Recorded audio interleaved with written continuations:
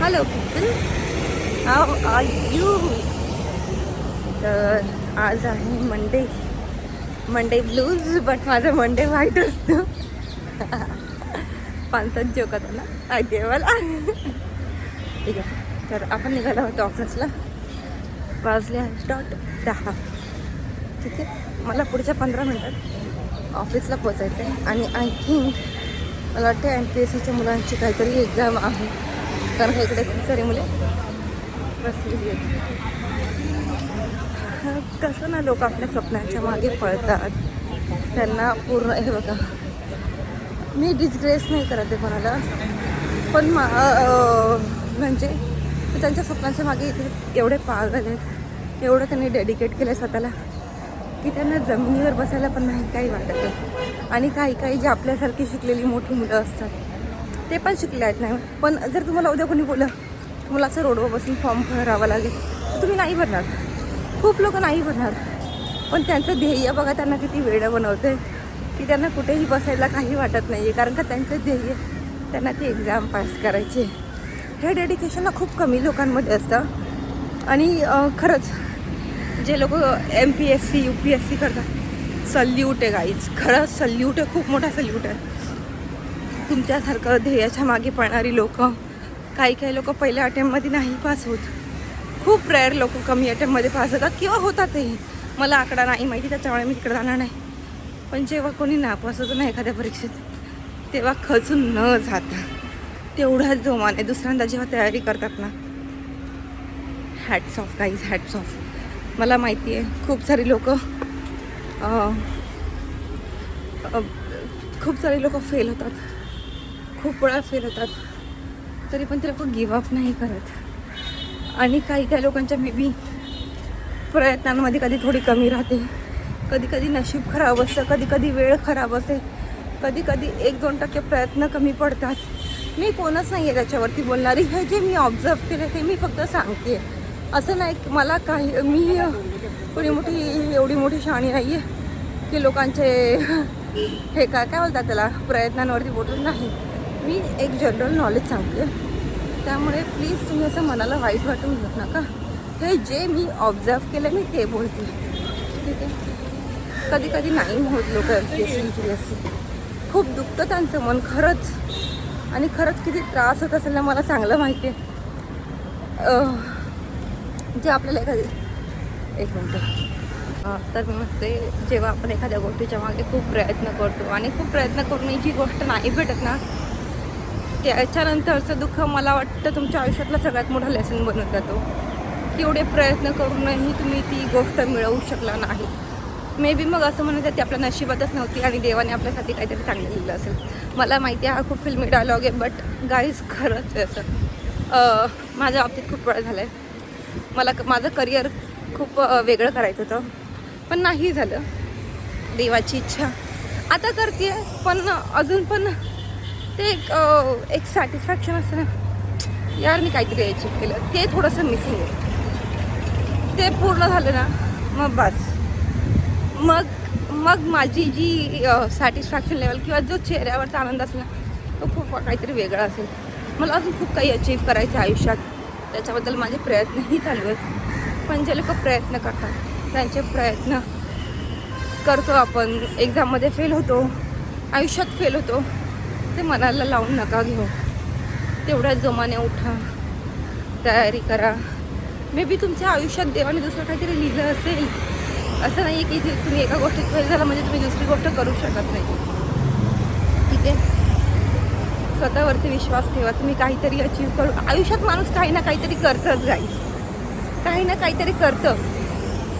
खचून जाऊ नका फक्त, कारण जेव्हा एखादा माणूस खचतो ना, मग आहे ना, तो जेव्हा मनातनं खचतो ना, तेव्हा तो त्याच्या आजूबाजूच्या लोकांपासून पण हे लांब जात जातो. आणि एवढा लांब जातो ना की त्याला कळतच नाही की काय करावं. तो माणूस म्हणजे जगायचं म्हणून जगतो. तसं करू नका. आयुष्यात एक गोष्ट नाही झाली दुसरी गोष्ट चांगली होईल, दुसरी नाही झाली तिसरी चांगली होईल. काही ना काहीतरी होईल यार आयुष्यात, पण प्रयत्न सोडू नका. जर तुम्ही MPSC नाही क्लिअर करू शकले, टेन्शन नका करू. दुसरी एखादी गव्हर्नमेंट एक्झाम क्लिअर करा. UPSC नाही क्लिअर करू शकता, पण पहिले तुमचं 100% द्या, ठीक आहे. लगेच नका गिव अप करू. खूप प्रयत्न करा. Don't give up, okay. आणि आयुष्यात ना एक गोष्ट नेहमी लक्षात पाहिजे, जेवढा विश्वास तुम्ही स्वतःवर ठेवता ना तेवढं दुसरं कोणीही तुमच्यावर ठेवणार नाही.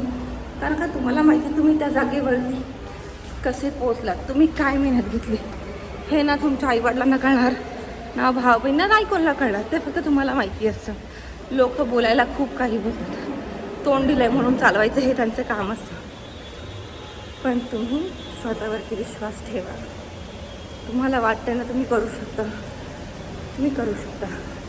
आणि नाही झालं ना तरी ठीक आहे, दुसरं काहीतरी करा, ठीक आहे. पण स्वतःवरचा विश्वास कधी गमावू नका.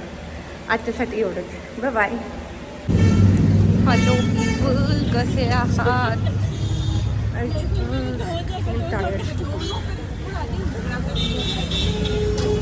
माहीत नाही का, बट असं वाटतं एनर्जी डाऊन आहे. माहीत नाही, जस्ट असं थोडंसं कंटाळवाण्यासारखं झालं आहे. पाय दुखत आहे ते भरपूर. तर माझं वय होत झालं असं वाटायला लागलं. माझे पाय ज्या हिशोबाने दुखतात ना त्या हिशोबाने मला वाटतंय माझं वय जरी 30sमध्ये असलं तरी पाय माझे 60sमध्ये गेलं. आईच्या गावात काय दुखतात यार माझे पाय, काय दुखतात म्हणजे विचारायला नको, एवढे दुखतात.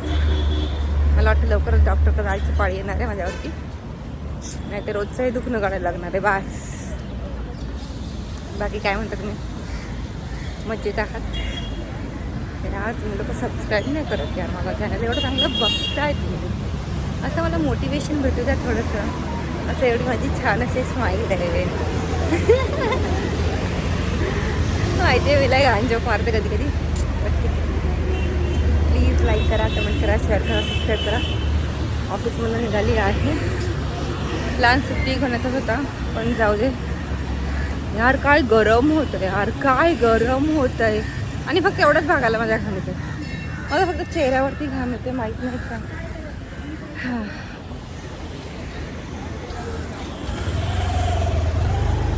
आणि मी ना भरपूर पाणी पिते, खूप पाणी पिते. म्हणजे 2-2 बाटल्या माझ्या अशा संपतात दिवसाला. 2 लिटर तुम्ही आरामशीर पाणी पिते. खूप गरम व्हायला लागले. मे महिना नाही आला अजून आणि एवढं गरम होतं एप्रिलमध्ये. मे महिन्यात तर कायच होणार आहे असं वाटायला लागले. तुम्ही पण काय करताय, कसं जगताय तुमच्या इथे? पण तरी पण नाही, इथे CST साईडला थोडं कमी गरम होतं. घाटकोपरला तो खूप गरम होतं. म्हणजे रस्त्याने चालताना नसं असं वाटतं काय होतं आणि काय नाही. रिक्षामध्ये पण त्याला, रिक्षाला पण 1 नंबरची लाईन असते. किती ती लाईन, आणि लाईन तर लाईन. मेट्रोमध्ये जायचं परत एवढ्या मोठ्या पायऱ्या उतरण्यापेक्षा तर रिक्षाने परवडतं. पण रिक्षाची लाईन पण एवढीच असते. त्याला म्हटलं तू फोन लाव ना, पण लय दुखायला लागलं. माझा नंबर नाही, आराम करायचा कळत नाही. रिदूला फोन केला तर रिदूने स्विमिंग क्लासेस स्टार्ट केले त्याचे. हां, दुपारी फोन केला त्याला. बोलता मम्मा मी स्विमिंग क्लासेस स्टार्ट केले. म्हटलं चांगले कर, स्विमिंग शिकवते स्विमिंग. अशा बेसिक नेसेसरी मुलांना आल्या पाहिजे ना यार. मी पण तुमच्या मुलांना खरं सांगते, एप्रिल आणि मेमध्ये स्विमिंग क्लासेसला टाका. थोडंसं आउटडोर ॲक्टिव्हिटी करू द्या त्यांना. असं दिवसभर असं मोबाईल TV याच्यामध्ये गुंतून नका ठेवू. बाहेर खेळायला पाठवा. मी तर म्हणते दिवसभर बाहेर खेळायला पाठवा. फक्त त्यांना जेवायला, नाश्त्याला घरात ना, दुपारचं झोपायला. नाही तर सकाळी उठले की म्हणायचं गार्डनमध्ये जा, 2 तास खेळ, घरी ये, जेव, झोप, उठ, नाश्ता पाणी कर आणि जा गार्डनमध्ये. परत डायरेक्ट 8ला घरात ये. मुलांनी बाहेर खेळल्याशिवाय ना त्यांची अंगाची कसरत नाही होणार आणि रात्र शांतपणे झोपणार नाही. आणि प्लस त्यांचे डोळे चांगले राहतील. कारण का दिवसभर मोबाईल आणि TV नाही बघणार ना ते लोक. कशी वाटली आयडिया? चांगली ना? माहिती आहे मला आणि छान छान आयडिया देत असते. तुम्ही लोक पण एंगेजमेंट करा. पण ना खरंच आपल्या वेळेस कसं होतं, सुट्टी लागली की आपण मे महिन्यात गावी निघून जायचं आणि डायरेक्ट शाळा चालू व्हायच्या अगोदर राहायचं. आणि जो गावच्या उन्हाचा कलर असायचा त्याला निघायला नेक्स्ट 6 महिने लागायचे. मग तितक्यात दिवाळीची सुट्टी यायची. मग परत गावी जायचं. परत तो कलर निघायला अजून 3 महिने. तो कलर निघतोय गावची यात्रा यायची. परत 4 दिवस गावी. परत तो कलर निघतो.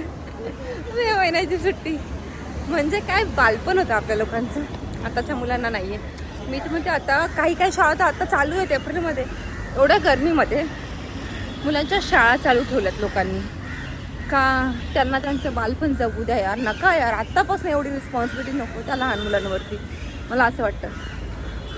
मी तर इथे मला अजून 1 वर्ष काही शाळेत घालणार नाही आहे, मस्त 3 वर्षाची पूर्ण होऊ दे चांगली. नर्सरी पण बघू, हां नर्सरी प्ले ग्रुप तर सोडा, नर्सरीला टाकेल मी तिला शाळेत. नर्सरी नाही स्किप करणार तिची, आणि मग ज्युनियर के जी, सिनियर के जी, मग परत पहिली. आमच्या वेळेस बरं होतं माहिती आहे, डायरेक्ट पहिली. बालवाडी डायरेक्ट पहिली. मी नाही केलं ज्युनियर सिनियर के जी, खरं सांगते मी बालवाडीमध्ये डायरेक्ट पहिलीत गेली आहे. हो, मी डायरेक्ट पहिलीत गेली. आणि जेव्हा म्हणजे काय बोलतात ते, पहिले पण असंच होतं. पहिले काय एवढं बालवाडीच्या नंतर एवढं काय ज्युनियर सिनियर नव्हतं, डायरेक्ट पहिलीत होतं. आणि ठीक आहे, आताच्या मुलांना खूप जास्त ओझं आहे, हे शिक्षणाचं ओझं व्हायला लागले. त्यांना शिक्षण म्हणजे शिक्षण नाही वाटत, ते ओझं व्हायला लागले. आणि हे कुठेतरी आपण बघितलं पाहिजे, विचार केला पाहिजे त्यांच्या बाबतीत. याच्यावरती आपण आता उद्या बोलूया. आलं माझं भुयारी मार्ग.